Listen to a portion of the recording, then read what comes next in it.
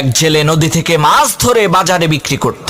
একদিন সেই জেলে অনেক বড় একটি মাছ শিকার করলো। এত বড় মাছ সে জীবনেও ধরে নাই। তখন সে মনে মনে চিন্তা করলো, এই মাছ যদি আমি বাজারে বিক্রি করি তাহলে 2-3 টাকার বেশি পাওয়া যাবে না। তাহলে কি করা যায়? সে বুদ্ধি করে মাছটিকে বেশি দামে বেচার জন্য বাদশার দরবারে নিয়ে গেল। মাছটি দেখার পর বাদশা অত্যন্ত খুশি হয়ে আদেশ করলেন, এই জেলেকে এক্ষুনি 100 টাকা দিয়ে দাও। তখন পাশ থেকে উজির বাদশার কানে কানে বলল, বাদশা, একটা মাছের জন্য এত টাকা দিলে তো আপনার সর্বনাশ হয়ে যাবে। তখন বাদশা বলল, এখন তো আর কিছু করার নাই, হুকুম তো দিয়েই দিছি। উজির বলল, বাদশা, আপনি জেলের কাছে জিজ্ঞেস করুন মাছটা ছেলে নাকি মেয়ে। যদি বলে ছেলে তাহলে বলবেন আমি মেয়ে মাছ ছাড়া খাই না, আর যদি বলে মেয়ে তাহলে বলবেন আমি ছেলে মাছ ছাড়া খাই না। উজিরের কথা মতো বাদশা সেই জেলেকে জিজ্ঞেস করলো, মাছটি ছেলে নাকি মেয়ে। তখন সেই জেলে বলল, ছেলেও না মেয়েও না, হিজড়া।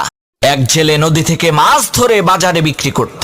একদিন সেই জেলে অনেক বড় একটি মাছ শিকার করলো। এত বড় মাছ সে জীবনেও ধরে নাই। তখন সে মনে মনে চিন্তা করলো, এই মাছ যদি আমি বাজারে বিক্রি করি তাহলে 2-3 টাকার বেশি পাওয়া যাবে না। তাহলে কি করা যায়? সে বুদ্ধি করে মাছটিকে বেশি দামে বেচার জন্য বাদশার দরবারে নিয়ে গেল। মাছটি দেখার পর বাদশা অত্যন্ত খুশি হয়ে আদেশ করলেন, এই জেলেকে এক্ষুনি 100 টাকা দিয়ে দাও। তখন পাশ থেকে উজির বাদশার কানে কানে বলল, বাদশা, একটা মাছের জন্য এত টাকা দিলে তো আপনার সর্বনাশ হয়ে যাবে। তখন বাদশা বলল, এখন তো আর কিছু করার নাই, হুকুম তো দিয়েই দিছি। উজির বলল, বাদশা, আপনি জেলের কাছে জিজ্ঞেস করুন মাছটা ছেলে নাকি মেয়ে। যদি বলে ছেলে তাহলে বলবেন আমি মেয়ে মাছ ছাড়া খাই না, আর যদি বলে মেয়ে তাহলে বলবেন আমি ছেলে মাছ ছাড়া খাই না। উজিরের কথা মতো বাদশা সেই জেলেকে জিজ্ঞেস করলো, মাছটি ছেলে নাকি মেয়ে। তখন সেই জেলে বলল, ছেলেও না মেয়েও না, হিজড়া।